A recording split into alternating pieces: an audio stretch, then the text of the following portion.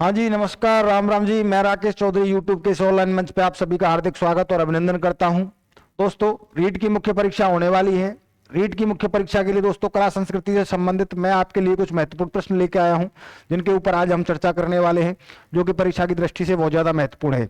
दोस्तों, राजस्थान के अंतर्गत एक बहुत बड़ी भर्ती आने वाली है, बाल वाटिका भर्ती के रूप में। इसके रूप में दोस्तों, बाल वाटिका भर्ती के रूप में दोस्तों ये भर्ती आने वाली है। और इस बाल वाटिका भर्ती के अंतर्गत दोस्तों, इस बाल वाटिका भर्ती के अंतर्गत लड़कियों एवं महिलाओं के लिए, लड़कियों एवं महिलाओं के लिए लगभग 62,000 पद, कितने 62,000 पद रहने वाले हैं दोस्तों। कितने पद रहने वाले हैं? 62,000 पद रहने वाले हैं इस भर्ती के अंतर्गत दोस्तों, जिसमें केवल लड़कियां एवं महिलाएं ही एलिजिबल रहेंगी जिसके लिए। तो इसके अंतर्गत दोस्तों, जैसे राजस्थान में पहले एक कोर्स चलता था, इंडिया लेवल पर ही चलता था, एनटीटी करके। कौन सा चलता था? एनटीटी करके एक कोर्स चलता था। ये जो कोर्स है दोस्तों, इस कोर्स को इसके अंतर्गत वैलिड नहीं माना गया है, यानी कि इसकी उपयोगिता नहीं है। इसके स्थान पर एक नए कोर्स को आधार माना है, उसका नाम है ECCE। कौन सा कोर्स है? ECCE करके ये कोर्स है, डिप्लोमा है। ये 1 वर्ष का डिप्लोमा है दोस्तों। कितना? 1 वर्ष का ये डिप्लोमा है। इसको आधार माना गया है।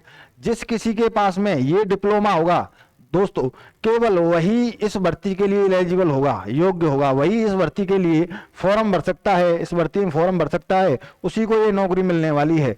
तो दोस्तों, जिस किसी को भी अगर ये कोर्स करना है, वो दोस्तों वो हमसे संपर्क कर सकता है। संपर्क सूत्र नंबर है दोस्तों, संपर्क सूत्र नंबर है हमारा 7062342316। ये हमारा नंबर है।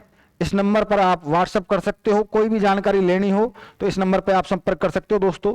ये राजस्थान की सबसे बड़ी भर्ती होने वाली है, राजस्थान की सबसे बड़ी भर्ती होने वाली है दोस्तों, बाल वाटिका के रूप में। तो आपको विशेष रूप से ये चीज ध्यान रखनी है। आप शांति से प्यार से अपना एग्जाम दीजिए। एग्जाम देने के बाद में आप संपर्क कर सकते हो। ये नंबर है 7062342316। ठीक है। और जिस किसी को भी अगर ऑफलाइन विजिट करना है तो वो जयपुर आ सकता है। जयपुर हमारे गोपालपुरा बाईपास रोड, त्रिवेणी चौराहा पर थ्रोन एजुकेशन के नाम से हमारी संस्था चलती है, वहां पर आकर भी आप संपर्क कर सकते हो। चलिए दोस्तों, अब आज की क्लास को हम प्रारंभ करते हैं। चलिए दोस्तों, पहला प्रश्न है, निम्न में से कौन सा गीत गणगौर पर गाया जाता है? ऐसा कौन सा लोकगीत है दोस्तों जो गणगौर पर गाया जाता है विशेष रूप से? बताइए, ऐसा कौन सा लोकगीत है जो गणगौर पर गाया जाता है? ऑप्शन है जीरो, चिरमी, गुड़ला या घूमर। तो दोस्तों, घूमर जो लोकगीत है ये विशेष रूप से गणगौर पर गाया जाने वाला लोकगीत है। कौन सा? घूमर। ये चीज याद रखनी है। बात करें दोस्तों जीरो की, तो इसमें एक जो पत्नी होती है वो अपने पति से जीरा बोने के लिए विनती करती है। किसके अंतर्गत? जीरो लोकगीत के अंतर्गत दोस्तों। यानी कि पत्नी जो है अपने पति को जीरा ना बोने की क्या कर रही है? विनती कर रही है कि तो आप जीरा मत बोइए, जीरा क्या है? जी का जंजाल है। ऐसा करके एक लोकगीत है जीरो। तो उसमें क्या करती है विरहणी, यानी कि अपने पति से जीरा ना बोने की विनती करती है। बात करें दोस्तों चिरमी की, तो चिरमी लोकगीत के अंतर्गत दोस्तों एक नववधु होती है और वो नववधु अपने भाई और अपने पिता को याद करते हुए, चिरमी के पौधे को संबोधित करते हुए इस लोकगीत को गाती है। किसको? चिरमी को। बात करें दोस्तों गुड़ला की दोस्तों, तो ये गुड़ला जो है मुख्य रूप से जोधपुर वाले मारवाड़ क्षेत्र में ये गाया जाता है। गुड़ला लड़कियों के द्वारा ये लोकगीत गाया जाता है, गुड़ला। चलिए नेक्स्ट प्रश्न की बात करते हैं। अगला प्रश्न है, ऐसा कौन सा लोकगीत है जिसमें बालिका का विवाह तय हो गया है किंतु विवाह में देरी है दोस्तों? यानी कि लड़की का क्या हो गया है? बालिका का विवाह तो तय हो गया है, लेकिन किंतु क्या है? विवाह में देरी है दोस्तों। तो उस समय वो कौन सा लोकगीत गा रही है ये सोच करके, तो ऑप्शन है पनिहारी, कांगसियो, बिछुड़ो या मोरिया। तो दोस्तों हमारा ऑप्शन नंबर डी हमारा बिल्कुल करेक्ट हो जाएगा। मोरिया जो लोकगीत है दोस्तों, इस लोकगीत को गाती है कब? जिसका विवाह तय हो गया है जिस बालिका का, लेकिन विवाह होने में क्या है? अभी देरी है। तो कौन सा लोकगीत गाएगी वो? मोरिया लोकगीत गाएगी। कौन सा? मोरिया लोकगीत गाएगी दोस्तों। चलिए नेक्स्ट बात करते हैं, अगला प्रश्न है, निम्न में से किस गीत में प्रेयसी अपने प्रियतम से उपवन में आकर मिलने की प्रार्थना करती है दोस्तों? किसमें? वो जो प्रेयसी है वो अपने प्रियतम को कहां पर मिलने की प्रार्थना कर रही है? तो वो उपवन में यानी कि गार्डन में आने के लिए क्या कर रही है? प्रार्थना कर रही है। तो उस समय कौन सा गीत गाएगी वो? ऑप्शन है हिचकी, पंछीड़ा, केसरिया बालम या पपैया। बताइए कौन सा गीत गाएगी दोस्तों? वो गाएगी पपैया लोकगीत। ऑप्शन नंबर डी हमारा क्या हो जाएगा? करेक्ट हो जाएगा, पपैया लोकगीत गाएगी। कौन सा गाएगी? पपैया लोकगीत गाएगी। चलिए अगले प्रश्न पर चलते हैं। अगला प्रश्न है, श्रावण मास में महिलाएं झूला झूलते समय, श्रावण मास में महिलाएं झूला झूलते समय कौन सा लोकगीत गाती हैं दोस्तों? लांगुरिया, ढोला मारू, गोरबंद या हिंडोलिया? बताइए। तो दोस्तों ऑप्शन नंबर डी हमारा बिल्कुल करेक्ट हो जाएगा, हिंडोलिया लोकगीत गाती हैं। कौन सा गाती हैं? हिंडोलिया लोकगीत गाती हैं। बात करें दोस्तों लांगुरिया की दोस्तों, तो करौली में कैला देवी का जो मेला भरता है उस समय लांगुरिया गाए जाते हैं, लांगुरिया लोकगीत गाए जाते हैं। कब? करौली के मेला में, कैला देवी के मेला में कौन से लोकगीत गाए जाते हैं? लांगुरिया। ठीक है। ढोला मारू की बात करें दोस्तों, तो ये जैसलमेर का लोकगीत है दोस्तों। जैसलमेर में ढोला मारू की याद में प्रेम कथा के रूप में इसको गाया जाता है। गोरबंद, गोरबंद दोस्तों ये एक ऊंट का आभूषण भी होता है, ऊंट का आभूषण भी होता है दोस्तों गोरबंद। चलिए नेक्स्ट बात करें, नए दामाद के ससुराल पर आने पर कौन सा लोकगीत गाया जाता है? जब किसी की नई शादी होती है दोस्तों, नई शादी होती है, तो जब वर अपनी ससुराल जाता है, दामाद जब ससुराल जाता है तो कौन सा लोकगीत गाया जाता है वहां की महिलाओं के द्वारा? उसके लिए ऑप्शन है कामण, राती जगह, तेजा गीत या पावना। तो दोस्तों ऑप्शन नंबर डी हमारा बिल्कुल करेक्ट हो जाएगा, पावना लोकगीत गाए जाते हैं। कौन से गाए जाते हैं? पावना लोकगीत गाए जाते हैं। कामण की बात करें दोस्तों, तो ये नए दामाद को जादू टोना से बचाने के लिए, जादू टोना या तंत्र मंत्र से बचाने के लिए ये लोकगीत गाए जाते हैं। रात्रि जगह आप जानते ही होंगे कि जब कोई शुभ काम होता है तो उस समय महिलाओं के द्वारा रात्रि में जो भजन कीर्तन किया जाता है उसको रात्रि जगह कहा जाता है। तेजा गीत दोस्तों ये किसानों के द्वारा गाए जाते हैं, किसानों के द्वारा ये लोकगीत गाए जाते हैं, तेजा गीत। चलिए नेक्स्ट बात करते हैं, पुत्र जन्मोत्सव पर कौन सा लोकगीत गाया जाता है? जब किसी के पुत्र, किसी के परिवार में या किसी के घर जब पुत्र का जन्म होता है दोस्तों उस समय कौन सा जो लोकगीत गाया जाता है? कुर्जा, जोरावा, सुवटिया या जच्चा या होलर? तो ऑप्शन नंबर डी बहुत पॉपुलर प्रश्न है, जच्चा या होलर लोकगीत गाया जाता है। कौन सा? जच्चा या होलर लोकगीत गाया जाता है। बहुत पॉपुलर प्रश्न है, कई बार परीक्षा में पूछा गया है। आगे बात करते हैं, विवाह के अवसर पर महिलाओं द्वारा गाए जाने वाले गाली गीत क्या कहलाते हैं दोस्तों? गाली गीत कई बार पूछा गया है दोस्तों, बहुत ज्यादा महत्वपूर्ण है। कौन से? मूमल, रसिया, एंडोडिया, सीठड़े? बताइए क्या गाए जाते हैं? गाली गीतों को क्या कहा जाता है? सीठड़े कहा जाता है। ऑप्शन नंबर डी हमारा बिल्कुल करेक्ट हो जाएगा, क्या कहा जाता है? सीठड़े कहा जाता है इनको। नेक्स्ट बात करते हैं, नायक द्वारा नायिका को बुलाने के लिए कौन सा गीत गाया जाता है? यानी कि नायक द्वारा नायिका को बुलाने के लिए कौन सा गीत गाया जाता है? हरजस, पीपली, जलो और जलाल या लावणी? ऑप्शन नंबर डी हमारा बिल्कुल करेक्ट हो जाएगा दोस्तों। ऑप्शन नंबर डी क्या हो जाएगा? करेक्ट हो जाएगा, लावणी लोकगीत गाया जाता है। नायक द्वारा नायिका को बुलाने के लिए कौन सा गीत गाया जाता है? तो आपका लावणी लोकगीत गाया जाता है। चलिए नेक्स्ट बात करते हैं, मेवाड़ में भीलों का प्रसिद्ध लोकगीत कौन सा है जिसे स्त्री पुरुष मिलकर गाते हैं दोस्तों? यानी कि स्त्री पुरुष मिलकर जिस लोकगीत को गाते हैं वो कौन सा है? काजलियो, कागा, दुपट्टा या हमसीड़ो? ऑप्शन नंबर डी करेक्ट हो जाएगा दोस्तों हमारा, हमसीड़ो लोकगीत गाया जाता है। कौन सा गाया जाता है? हमसीड़ो लोकगीत गाया जाता है। मेवाड़ में भीलों के द्वारा यानी कि स्त्री पुरुष मिलकर जिस लोकगीत को गाते हैं वो कौन सा है? हमसीड़ो लोकगीत है। चलिए नेक्स्ट बात करते हैं, विरहणी के स्वप्रेम से संबंधित लोकगीत कौन सा दोस्तों? कोई विरहणी यानी कि कोई स्त्री या कोई लड़की जब किसी से प्रेम करती है और वो अपने ही स्वप्रेम से संबंधित, अपने प्रेम को से संबंधित ही वह स्वयं की क्या करती है? तारीफ करती रहती है और स्वयं को संबोधित करके ही गीत गाती रहती है। तो ऐसा कौन सा गीत है दोस्तों? गणगौर, घोड़ी या सुपना? तो ऑप्शन नंबर सी हमारा बिल्कुल करेक्ट हो जाएगा, सुपना लोकगीत है दोस्तों। यानी कि खुद को संबोधित करते हुए वो सपने देखते हुए अपने क्या करती है? वो स्वयं से प्रेम करती है। तो कौन सा लोकगीत है? सुपना लोकगीत है दोस्तों। चलिए अब आगे बात करते हैं दोस्तों, दुर्गों से संबंधित कुछ प्रश्न हैं। आरएसप्री 2023 में पूछा गया प्रश्न है, बहुत अच्छा प्रश्न है। बताइए निम्न में से कौन सा राजस्थान का दुर्ग गिरी दुर्ग नहीं है? कैसा? गिरी दुर्ग। गिरी दुर्ग की बात कर रहा है दोस्तों, यहाँ पे किस दुर्ग की बात कर रहा है? गिरी दुर्ग की बात कर रहा है। कि निम्न में से कौन सा गिरि दुर्ग नहीं है? गागरोन, जालौर, चित्तौड़गढ़, सिवाना। तो कौन सा नहीं है दोस्तों? ऑप्शन नंबर ए हमारा बिल्कुल करेक्ट हो जाएगा।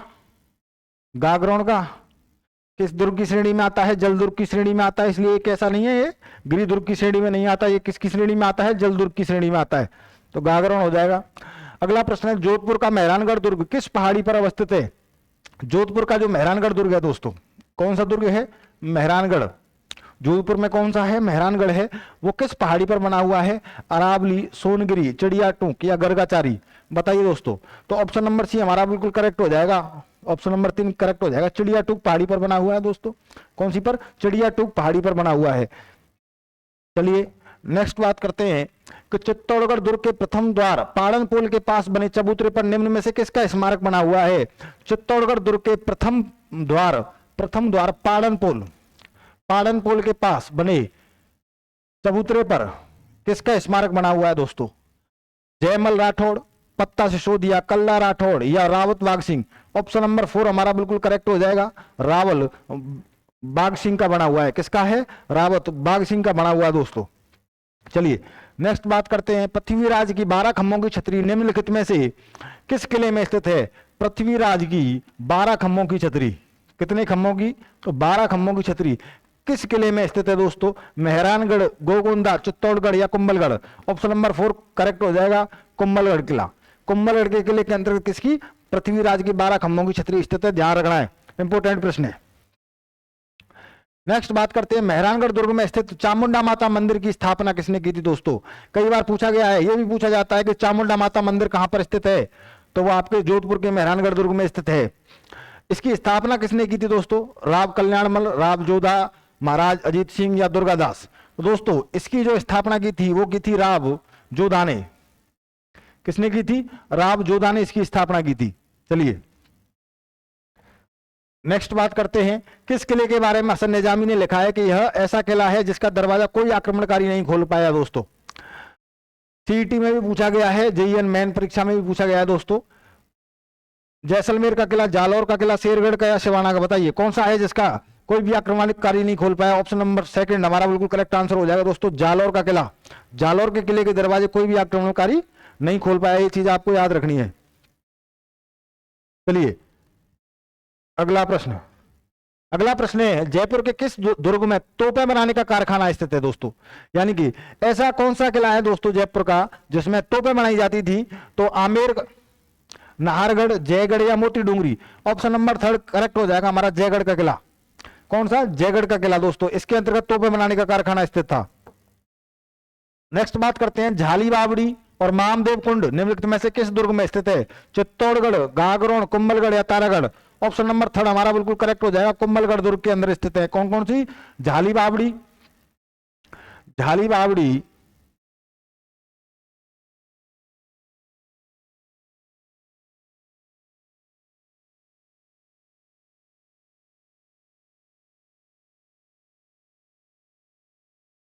ऑप्शन नंबर 3 हमारा करेक्ट हो जाएगा, कुंभलगढ़ दुर्ग में।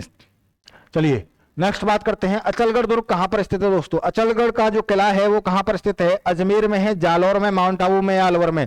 ऑप्शन नंबर 3 करेक्ट हो जाएगा दोस्तों, माउंट आबू सिरोही के अंतर्गत है अचलगढ़ का किला। अचलगढ़ का जो किला बना हुआ है दोस्तों वो कहां पर है? माउंट आबू सिरोही में। नेक्स्ट बात करते हैं, पीले पत्थरों से निर्मित सोनार किला किस जिले में स्थित है दोस्तों? पीले पत्थरों से निर्मित सोनार का किला किस जिले में स्थित है? बीकानेर, जैसलमेर, जोधपुर या बाड़मेर? बताइए दोस्तों। ऑप्शन नंबर 2 हमारा बिल्कुल करेक्ट हो जाएगा, जैसलमेर। कहां पर स्थित है? जैसलमेर में। नेक्स्ट बात करते हैं, गागरोन किला स्थित है दोस्तों। गागरोन का जो किला है दोस्तों वो कहां पर है? बूंदी, झालावाड़, कोटा या बारा? ऑप्शन नंबर 2 करेक्ट हो जाएगा, झालावाड़। गागरोन का किला कहां पर स्थित है? झालावाड़ में स्थित है दोस्तों। राजस्थान में बाला किला स्थल कहां पर स्थित है दोस्तों? रीट परीक्षा में पूछा गया प्रश्न है दोस्तों 2023 में, बाला का किला। जब ये रीट परीक्षा में प्रश्न पूछा गया था दोस्तों, वहीं से ये बहुत ज्यादा फेमस हो गया था। उसके बाद कई परीक्षाओं में हमें ये प्रश्न देखने को मिला कि बाला का किला कहाँ स्थित है दोस्तों। तो ये आपका ऑप्शन नंबर 4 अलवर में स्थित है। कहां पर स्थित है दोस्तों? अलवर में स्थित है। कौन सा? बाला का किला। याद रखना है, आने की संभावना इस बार भी पूछ सकता है। अगला है, कुंभलगढ़ दुर्ग का प्रारंभिक संस्थापक कौन था? कुंभलगढ़ का जो किला बना हुआ है दोस्तों, उसका प्रारंभिक संस्थापक पूछा है यहाँ पर, तो मान मौर्य, राणा लाखा, कुंवर पृथ्वीराज या संप्रति। ऑप्शन नंबर 4 करेक्ट हो जाएगा दोस्तों। इसका जो प्रारंभिक संस्थापक था कुंभलगढ़ किले का, वो था संप्रति। कौन था? संप्रति था, याद रखना है, कई बार परीक्षा में पूछा गया है ये। एक जैसे 9 महल किस किले में बने हुए हैं दोस्तों? एक जैसे 9 महल किस किले में बने हुए हैं?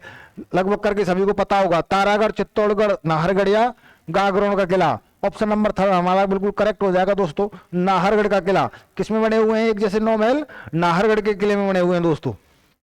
चलिए नेक्स्ट बात करते हैं, बीकानेर के जूनागढ़ किले के दरवाजे पर किन सूरवीरों की मूर्ति स्थित है दोस्तों? बीकानेर में कौन सा किला स्थित है? जूनागढ़।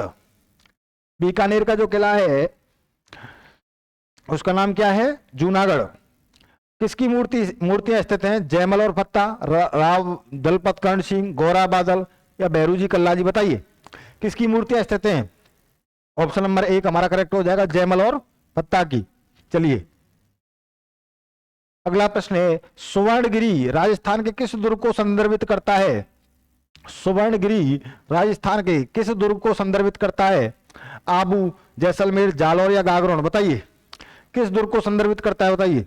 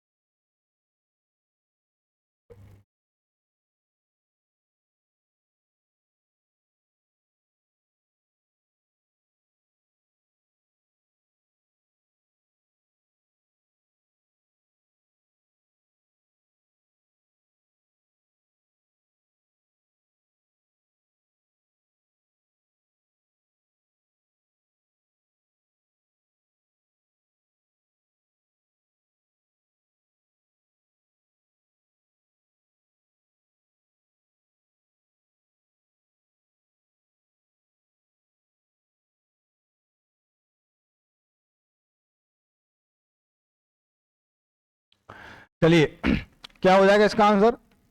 ऑप्शन नंबर 3 जालौर का किला। चलिए कुंभलगढ़ दुर्ग का प्रमुख शिल्पी कौन था? कुंभलगढ़ का जो किला बना हुआ है दोस्तों, उसका जो प्रमुख शिल्पी था वो कौन था? दीपाल, लालचंद, मंडन, चंपालाल। ऑप्शन नंबर 3 मंडन। क्या हो जाएगा? मंडन हो जाएगा।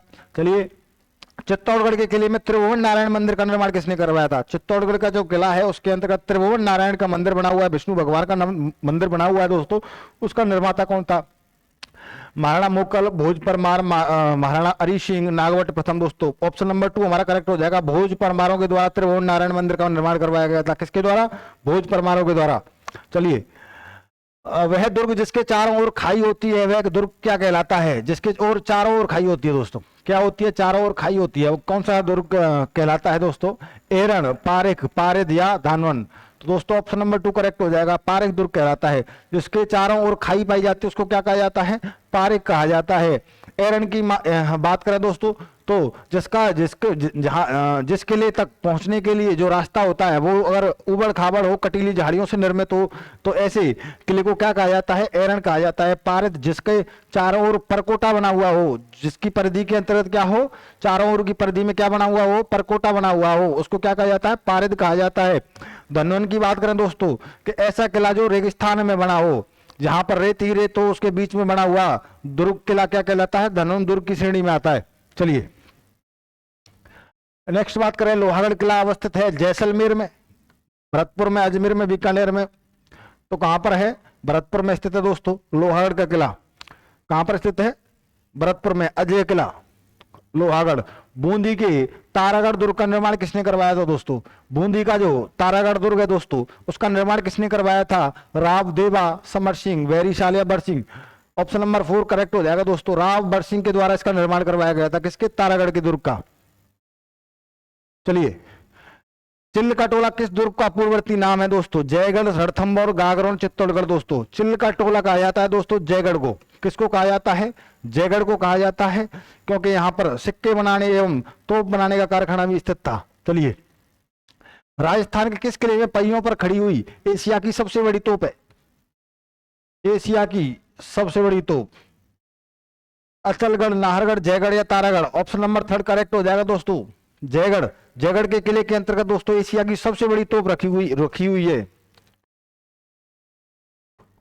अगला प्रश्न है, गागरोन का किला किन नदियों के संगम स्थल पर है? गागरोन का जो किला बना हुआ है दोस्तों वो किन नदियों के संगम पर है? काली सिंध और चंबल, आहू और काली सिंध, चंबल और आहू, या आहू और निमाज? बताइए दोस्तों। गागरोन का जो किला स्थित है वो बना हुआ है आपका आहू और काली सिंध। ऑप्शन नंबर 2 हमारा बिल्कुल करेक्ट हो जाएगा। ऑप्शन नंबर 2 हमारा क्या हो जाएगा? बिल्कुल करेक्ट हो जाएगा। निम्नलिखित में से कौन सा किला मरुस्थलीय किले की श्रेणी में आता है दोस्तों? मरुस्थलीय किले की श्रेणी में जूनागढ़, मेहरानगढ़, गागरोन या नाहरगढ़? दोस्तों जूनागढ़ का जो किला है दोस्तों वो मरुस्थलीय किले की श्रेणी में आता है। ऑप्शन नंबर 1 करेक्ट हो जाएगा। अगला प्रश्न है, गढ़ बीठली कहाँ स्थित है? गढ़ बीठली के नाम से किसको जाना जाता है? कुशलगढ़ को, अजमेर को, सिरोही को या बारा को? ऑप्शन नंबर 2 करेक्ट हो जाएगा। अजमेर को गढ़ बीठली के नाम से जाना जाता है दोस्तों। अगला प्रश्न है, निम्नलिखित में से कौन सा जल दुर्ग नहीं है? जल दुर्ग की श्रेणी में कौन सा नहीं आता दोस्तों? तो भटनेर, कोसवर्धन, भैंसरोडगढ़ या गागरोन? बताइए कौन सा ऐसा किला है जो जल दुर्ग की श्रेणी में नहीं आता है? बताइए फटाफट।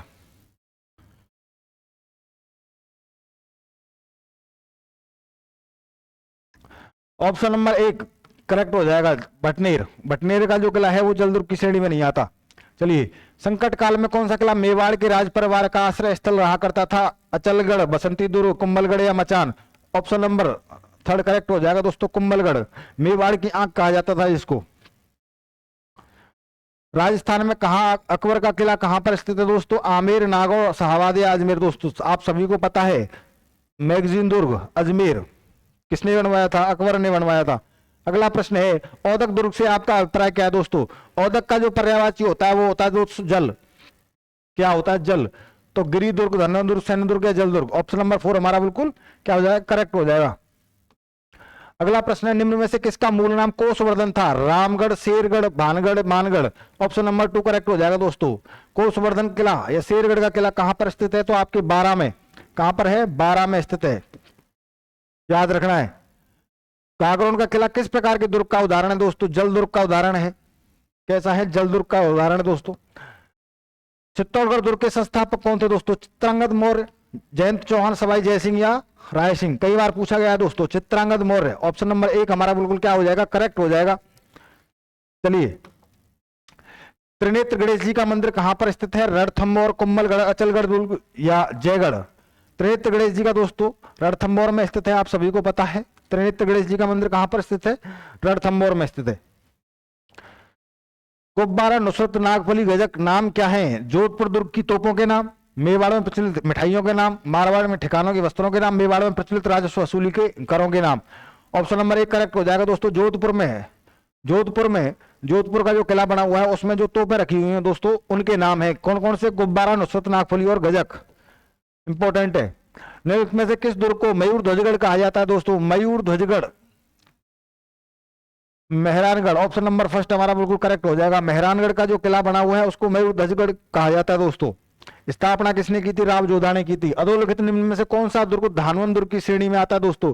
धानवन का जो शाब्दिक अर्थ होता है वो होता है रेगिस्तान या मरुस्थल।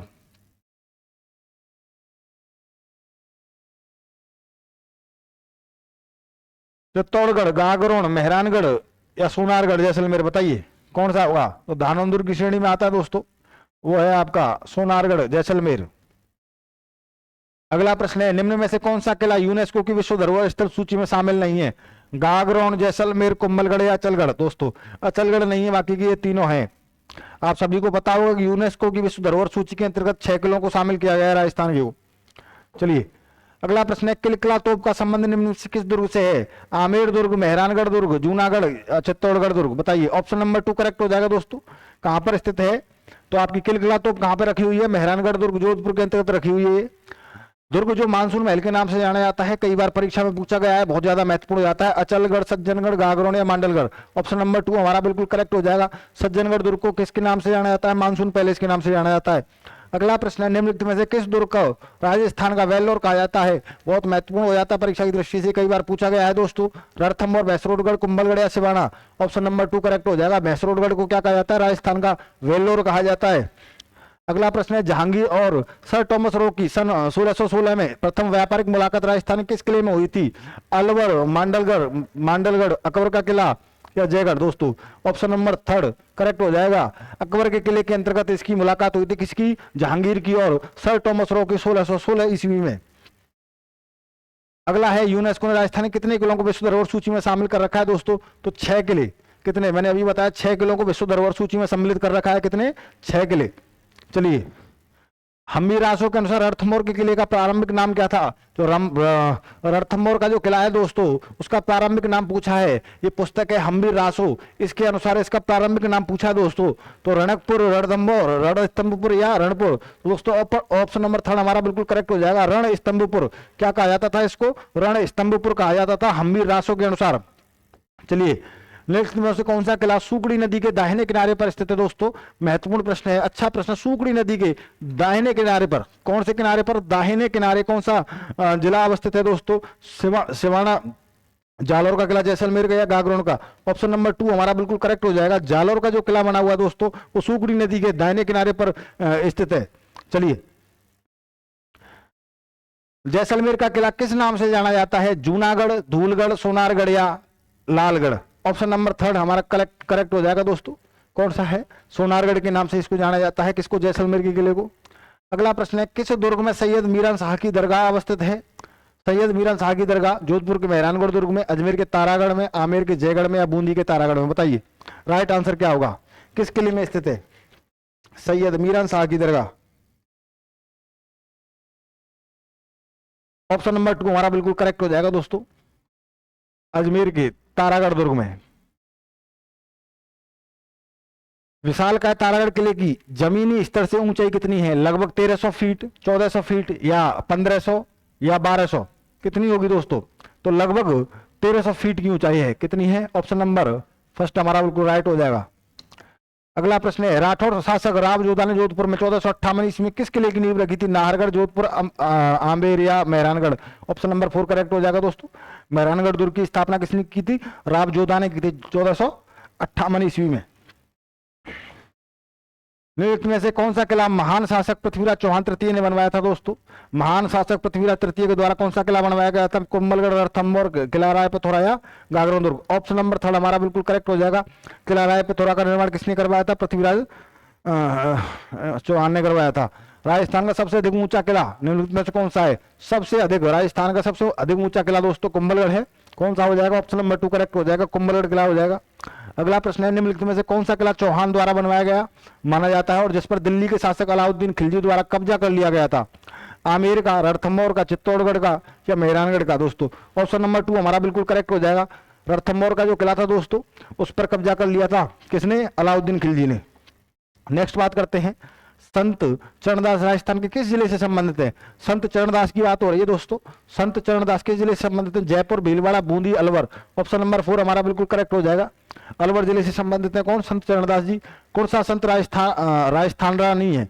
यानी कि इनमें से कौन सा ऐसा संत है जो राजस्थान का नहीं है? अखाजी, पीपाजी, लालदास जी, जाम्बोजी? तीनों हैं, अखाजी नहीं है दोस्तों।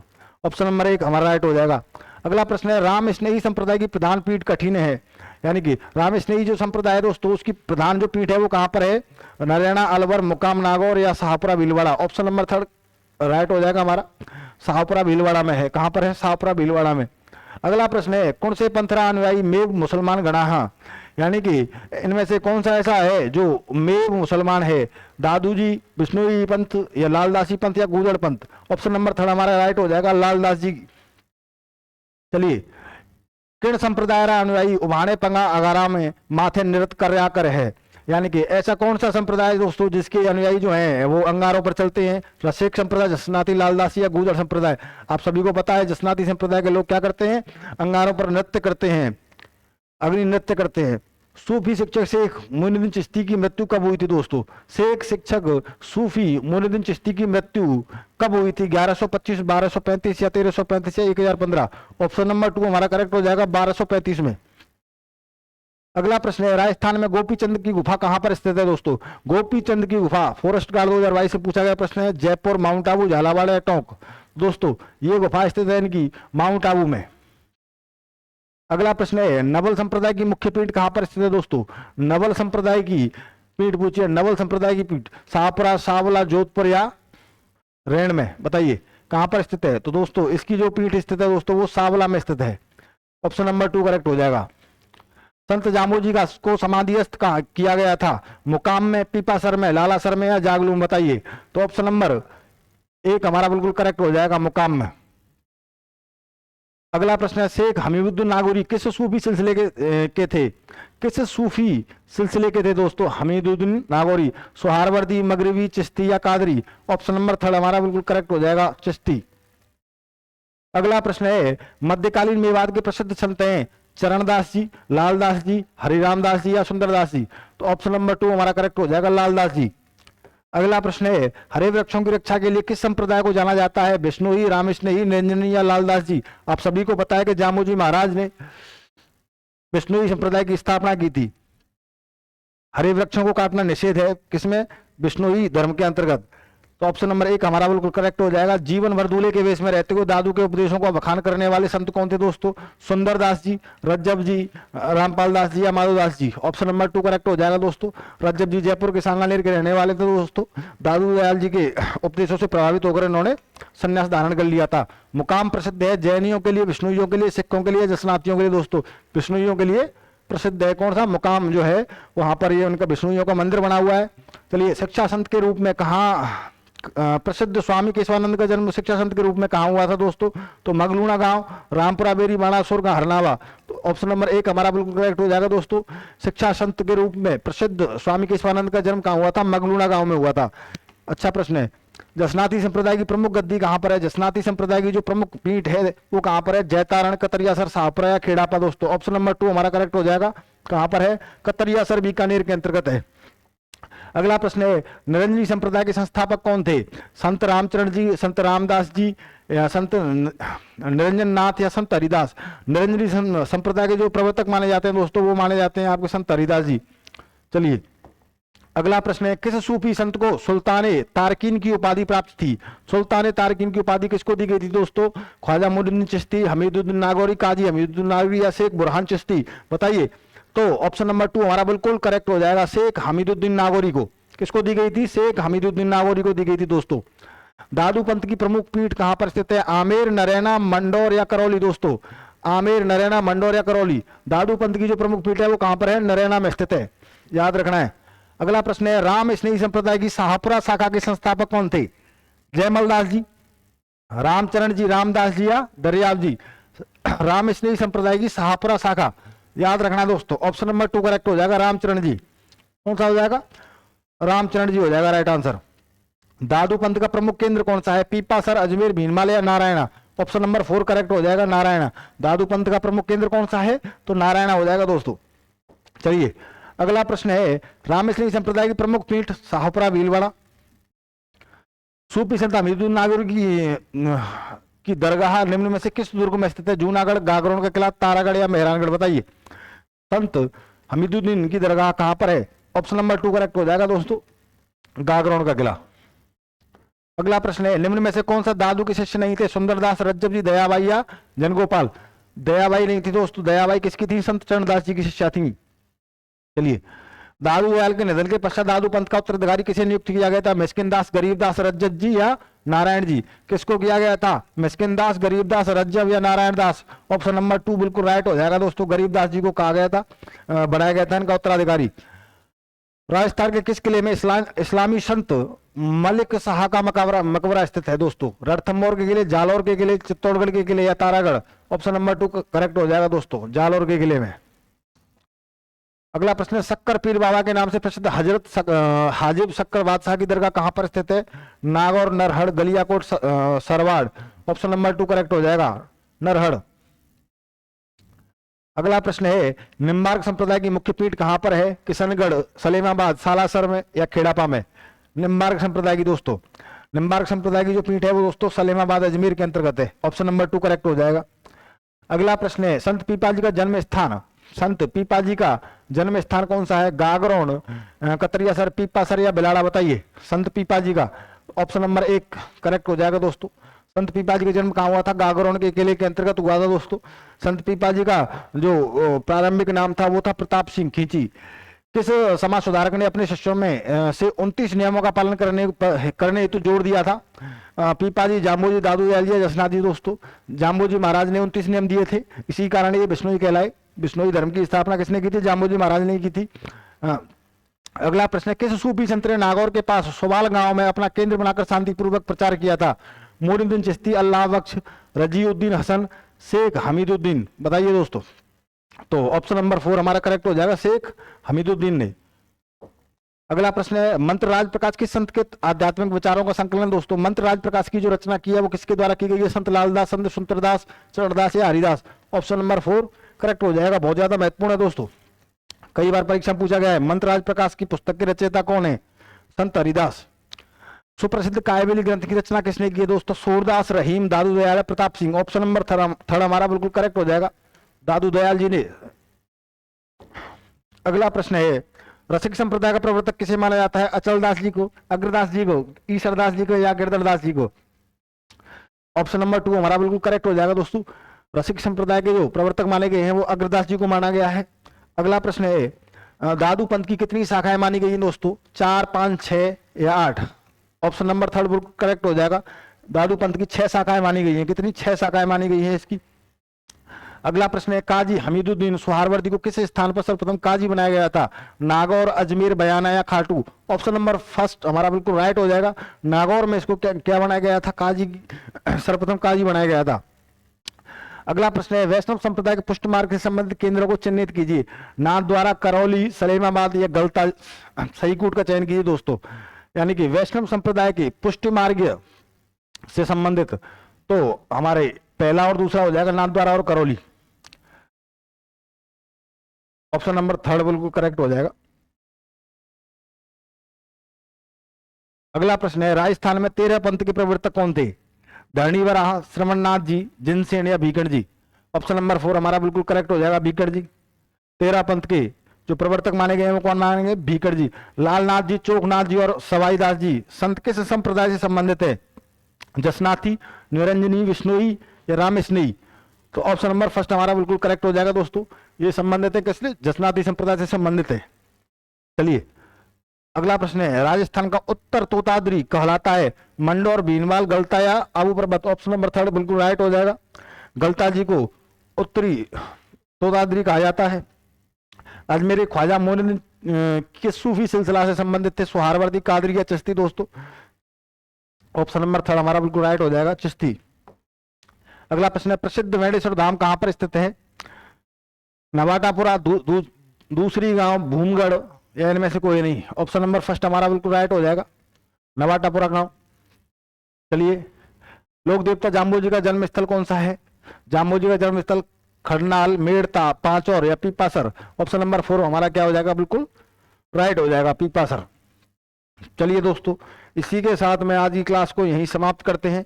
ये कुछ महत्वपूर्ण प्रश्न थे जो परीक्षा की दृष्टि से आपके लिए बहुत ज्यादा इंपॉर्टेंट थे। ये रिवीजन का समय है, आपके लिए बहुत ज्यादा इंपॉर्टेंट है। और कुछ जो प्रश्न थे महत्वपूर्ण थे, जो वो मैंने आपके सामने यहाँ पर मैं उनको लेकर आया, करवाए वो आपको। उम्मीद है ये आपके कंप्लीट हो गए होंगे सभी के सभी प्रश्न। दोस्तों, रीट की मुख्य परीक्षा को बड़ी शांतिपूर्वक और धैर्यपूर्वक आपको देना है। इतने सालों की मेहनत और एक प्रश्न पत्र, आप सभी को रीट की बहुत बहुत शुभकामनाएं।